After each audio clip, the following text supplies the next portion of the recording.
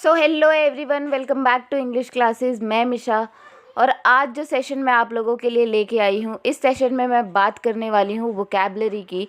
क्योंकि देखो, वोकैबलरी बहुत से एग्ज़ाम्स में काम आती है। जो भी गवर्नमेंट सेक्टर एग्ज़ाम के लिए प्रिपेयर करता है वो सभी जानते होंगे, जिन्होंने मोस्टली एग्ज़ाम्स दिए होंगे like CGL, CPO, DSSB, MTS, जितने भी गवर्नमेंट सेक्टर के एग्ज़ाम है और वो एक सरकारी नौकरी चाहते हैं। तो जो मेन पार्ट आता है वो आता है वोकैबलरी का, कि वोकैबलरी हम मतलब समझ तो जाते हैं, बट जो बात आती है वो आती है याद करने की, कि हम याद नहीं कर पाते। क्योंकि हमें एक दिन 2 दिन के लिए याद नहीं करना है, हमें थोड़े लंबे समय के लिए याद करना है।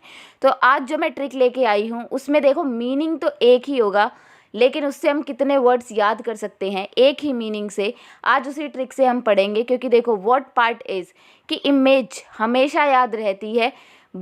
जैसे याद करने के, रटने से ज़्यादा हमें इमेज याद रहती है। आज हम पढ़ने वाले इमेज से, तो आइए वीडियो के सेशन को स्टार्ट करते हैं और पहला वर्ड देखते हैं।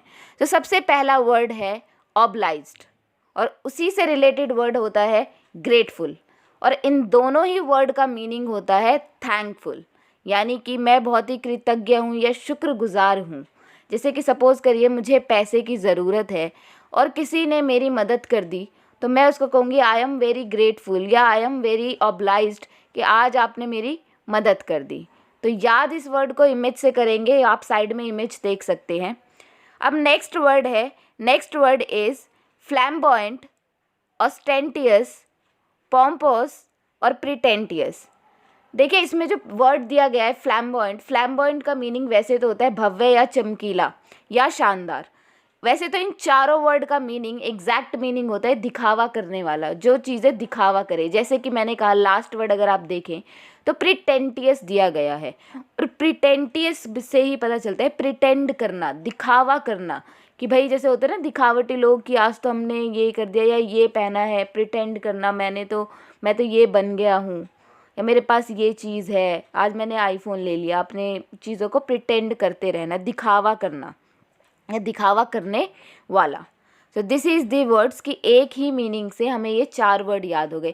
इंपॉर्टेंट वर्ड है इसमें से फ्लैम्बॉयंट और ऑस्टेंटियस, ये वर्ड काफ़ी बार पूछे गए हैं प्रीवियस ईयर में।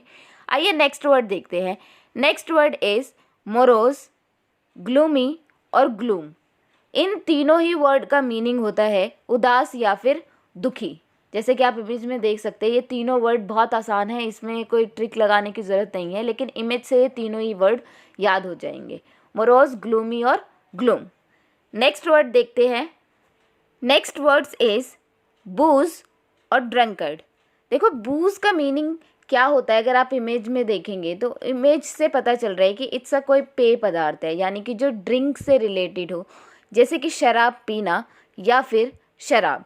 इन दोनों ही वर्ड्स का मीनिंग क्या है, क्योंकि ड्रंकर्ड तो नॉर्मल वर्ड है, ये हम डेली लाइफ में यूज़ भी करते हैं, लेकिन जो हमें याद करना है वो है बूज। तो उसका मीनिंग क्या है, जो बहुत अधिक पीता हो। आज हमने कुछ 11 वर्ड्स किए हैं। अब आपने देखा कुछ 2 मिनट में हमने 11 वर्ड्स बहुत आसानी से याद कर लिए। अब एंड में जाते जाते चलिए इन वर्ड्स को एक बार रिवाइज़ कर लेते हैं, फटाफट रिवाइज़ हो जाएगा। पहला वर्ड था फ्लैम्बॉयंट, ऑस्टेंटियस, पॉम्पोस और प्रिटेंटियस। इन सब का ही मीनिंग क्या था, दिखावा करने वाला, यानी कि जो शोई करता हो, शोई हो, यानी सेंटर ऑफ अट्रैक्शन बनना चाहे, प्रिटेंड करे, प्रिटेंटियस।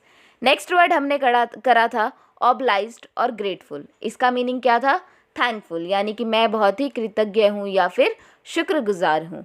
नेक्स्ट वर्ड हमने किया मोरोज, ग्लूमी और ग्लूम। इनका मीनिंग क्या था, उदास या फिर दुखी। नेक्स्ट हमने किया बूज और ड्रंकर्ड, जिसका क्या मीनिंग था, शराब पीना या शराब, यानी जो बहुत ज़्यादा ड्रिंक करता हो या बहुत ज़्यादा कोई पेय पदार्थ लेता हो।